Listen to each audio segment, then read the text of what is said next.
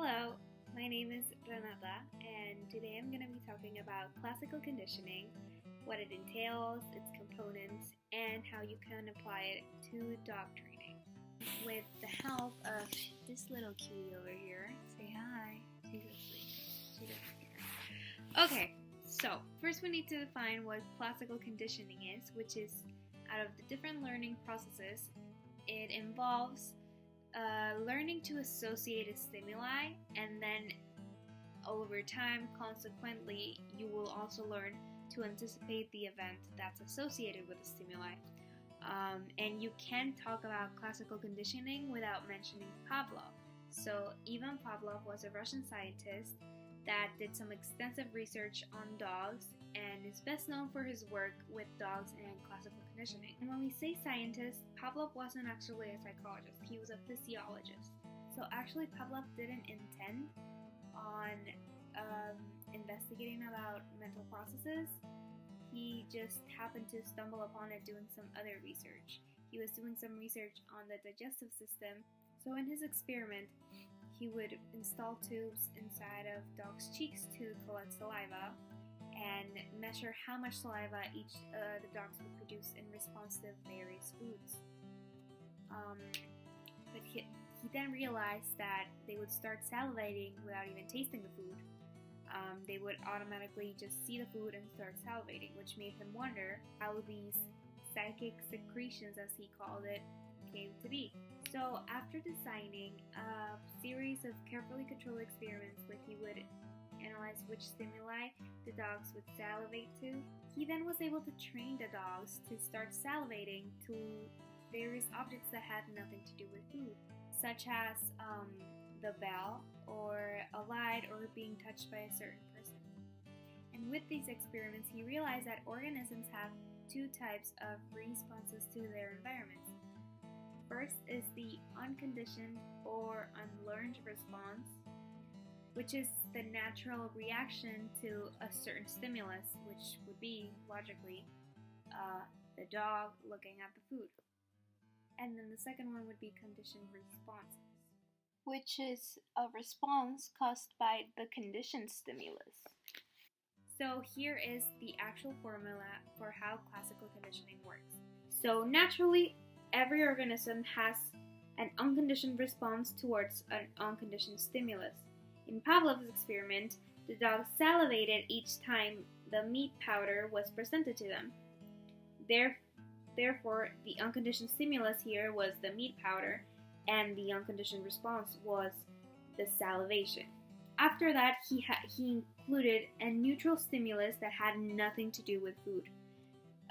In this case, it was the tone of the bell that was immediately presented before the unconditioned stimulus, which was the meat powder.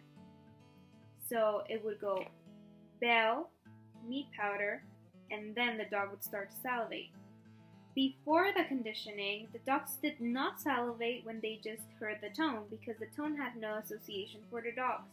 So when Pavlov paired the tone with the meat powder multiple times, the neutral stimulus began to create that salivation in the dogs. Therefore, the neutral stimulus became the conditioned stimulus, which is a stimulus that creates a response after being paired with the unconditioned stimulus multiple times. By the end of the experiment, the dogs began to salivate to the bell alone, just like they had salivated previously to the presence of the meat powder. In the case of this experiment, they had learned to associate the bell with being fed, and thus eliminating or creating the extinction of the original unconditioned stimulus.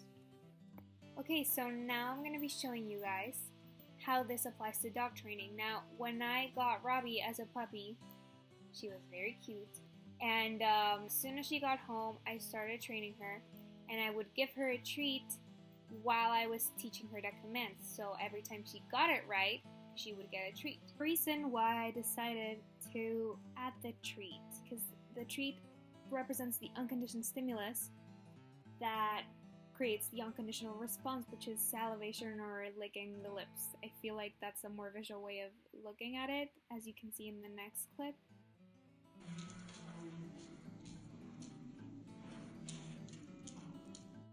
So now what I've done is I've paired the unconditional stimuli, which is the treat, with a neutral stimuli, which is the command. Robbie, speak! Eso, muy bien! Okay. Which has caused a conditioned response. So just like Pavlov did it, I repeated it over and over again over like a year, because now she's a year old, and it's gotten to the point where I don't even need the treat anymore. The unconditional stimuli has been extinguished because the neutral stimuli has become the conditioned stimuli. So now, as you can see in the next clip, every time I give her the command, she'll instantly lick her lips without me giving her a treat or anything. So there you go. That's how you can apply a classical conditioning formula to teach your dog basically anything you want to teach them to do.